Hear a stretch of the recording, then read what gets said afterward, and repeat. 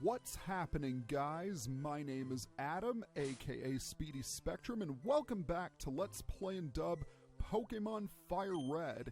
In the last episode, we captured our 6th and final team member, Overton the Snorlax. We also went down Cycling Road to reach Fuchsia City. In this episode, I am going to show you the alternate path you can take from Lavender Town. You go from Route 12 all the way through Route 15 and ultimately reach Fuchsia City. Now, a fair warning, there are a lot of trainers here, so you want to make sure you are packing a lot of items. I went ahead and fought most of them off screen, but I did leave a few unaccounted for. But before we get too carried away, I want to talk to this girl right here. My Pokemon's ashes are stored in Pokemon Tower. You can have this TM. I don't need it anymore. And she gives us TM27, which contains Return. Return is a normal type move that increases its strength the more your Pokemon loves you. And if your Pokemon has maximum affection, then it can be quite strong indeed. It's mainly seen as a counterpart to the move Frustration, and it's much better than Frustration, let's be honest. On an unrelated note, I really love this route theme. It's probably my favorite of all the route themes. There is a Snorlax lying down here, so if you attempted to capture the first Snorlax and failed, never fear, because you can always catch this one. And by now you'll have access to Ultra Balls, which you can purchase in Fuchsia City.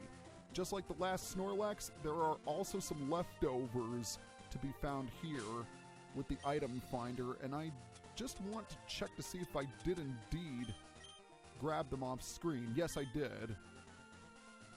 So we're going to continue our journey down Route 12, and we're going to enter this house because right here is a fisherman. He's the fishing guru's younger brother.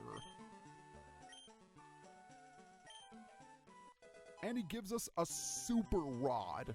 The Super Rod is the best fishing item in the entire game because unlike the old rod, which can only catch Magikarp, this can catch all kinds of water Pokemon.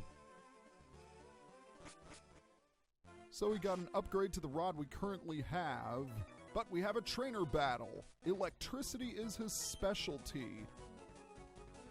I don't know a thing about Pokemon of the sea, though. So if that's the case, why are you hanging around here? This is a Rocker Luca. Rockers use electric Pokemon, and in later games of the franchise, I believe they were known as guitarists. But this guy is really... Wow, he just did my work for me. Voltorb committed suicide against a rock Pokemon, of all things. And wouldn't it be funny if this Electrode he's about to send out would do exactly the same thing? No, he doesn't. He's not that dumb. Only magnitude 5? That's a shame. I wish I had better luck with these magnitude... Oh, critical hit! Forget what I said. I guess my luck is still with me. And Rasmussen grew to level 37. Very nice. And he's going to learn Rock Blast. Okay. So Rock Blast is a rock-type attack with a base power of 25, and it hits multiple times. Not a very good move. I much prefer Rock Slide, so I won't learn Rock Blast. Alright, that was pretty easy if I do say so myself. So we're going to continue our journey down here, and we're going to cut through this tree. I don't believe I've fought this trainer yet. No, I have not. He's searching for a Moonstone. Well, we used a couple to evolve some of our Pokemon, but I'm afraid I don't have any on me. It looks like he has 2 Nidoran as far as I'm concerned. let's go ahead and switch to Overton. He hasn't had as much time to shine. Since there are a lot of trainers on the following routes, the experience you can get here is absolutely crazy. And why did you have to poison me? All I can say is thank goodness for leftovers. I should also mention that Overton learned Body Slam off screen. Body Slam is a fantastic attack because not only does it deal heavy damage, as you can see, plus another critical hit, no less. I'm getting really lucky with these crits. But as I was saying, not only does it deal great damage, but it also has a 30% chance of paralyzing the opponent. And I think I should be able to take out this Nidorino in exactly the same fashion. It's going to go for the Poison Sting. Didn't do too much damage. One more Body Slam, and this guy's going down, and indeed it does. Alright, that's it for Camper Justin here. And let's see what item he was guarding. He was guarding an Iron, an item that raises a Pokemon's physical defensive stats. And why am I checking my stats? I need to grab an antidote from my bag. Thankfully, I have 5 left.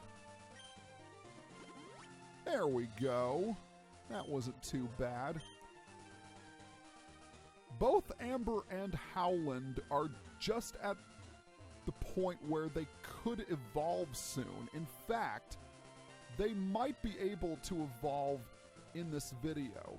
Now, as I'm walking through this little maze here, there are a couple of hidden items, but I also want to take the opportunity to talk about some new Pokemon you can catch. The start of the first of which being Pidgeotto. Pidgeotto is number 17 in the Pokédex. It's a normal flying type, and also the evolved form of Pidgey. I'm not a fan of Pidgey, and I'm not a fan of Pidgeotto. I think Fearow and Dodrio are much better options. Pidgeotto is more defensive, but its move pool is much worse. The next Pokemon we can encounter while we're here on Route 14, if you're playing Fire Red version, that is, it's Gloom, number 44 in the Pokédex. Gloom is a 5% encounter rate in Fire Red. It's the evolved form of Oddish, as you already know. Just like Oddish, it's very defensive with good special attack, and it's also one of the few Pokemon that can learn the move Petal Dance. Petal Dance is a grass-type attack that hits pretty hard.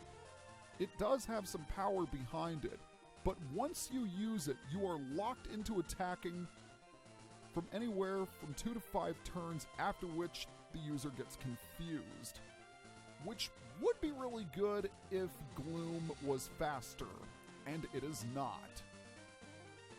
The much better option can be found in Leaf Green, and that's Weepinbell.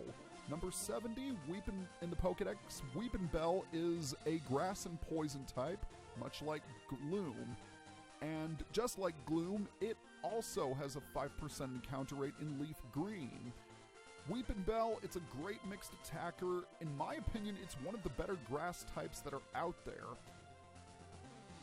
With a special attack stat of 105 and an attack of 100, yeah, it can definitely get the job done. Alright, so that's it for Pokemon on Route 14. And I believe there are a couple of battles that we have not yet fought. Here on Route 15, that is. Ah, and you are one of them because I believe you have a Pokemon that we have not seen yet. Beauty Grace. You're going to start off with a Pidgeotto. Not a worry in the slightest, courtesy of a Rock Slide from Graveler. Yeah, that did the job, especially considering that I'm 8 levels above you. This video might be a little shorter because I only want to show off what you can do to reach Fuchsia City, and there is something in Fuchsia City that is going to take quite a while to do, so I want to dedicate a video to that. But this trainer is going to send out a Wigglytuff, which is the evolved form of Jigglypuff, and a Pokemon we have not seen yet. I realize I have skipped over quite a few Pokemon that can be considered first encounters.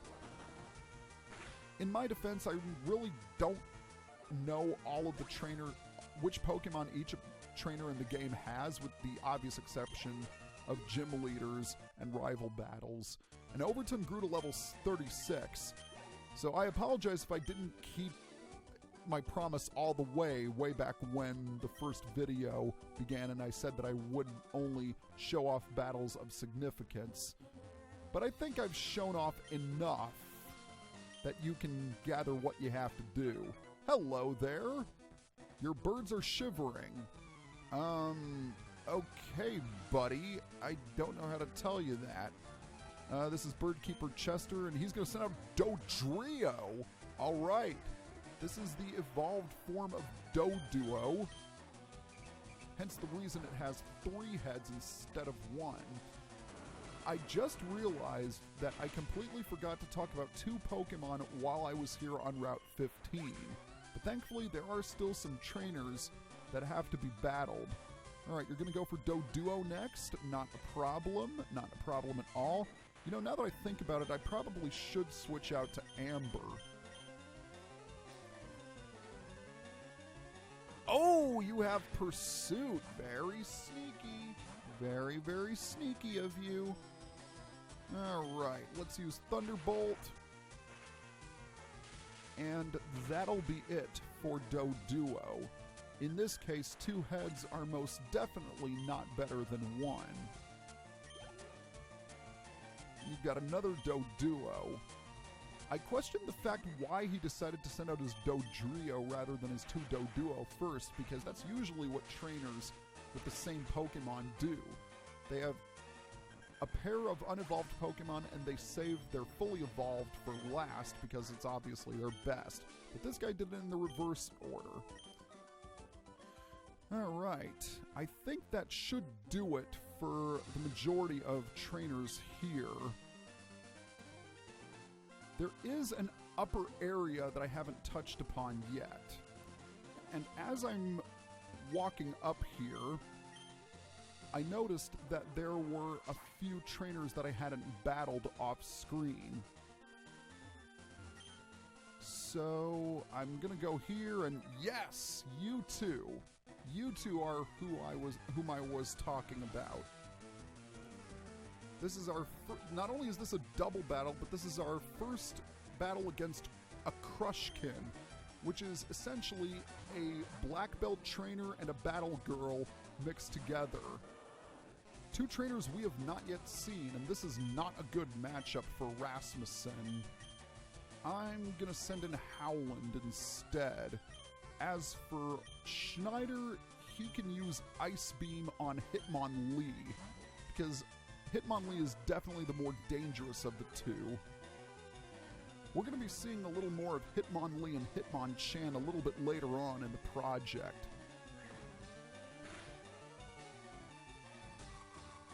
Now, Hitmonlee does have respectable defense. Yeah, see? It didn't do as much damage as I thought it would. I'm going to go ahead and use Flamethrower on Hitmonlee, and then use Water Pulse on Hitmonchan. One thing I forgot to mention is that in a double battle, you can, in fact, attack your partner Pokemon. And believe it or not, that can be a good strategy.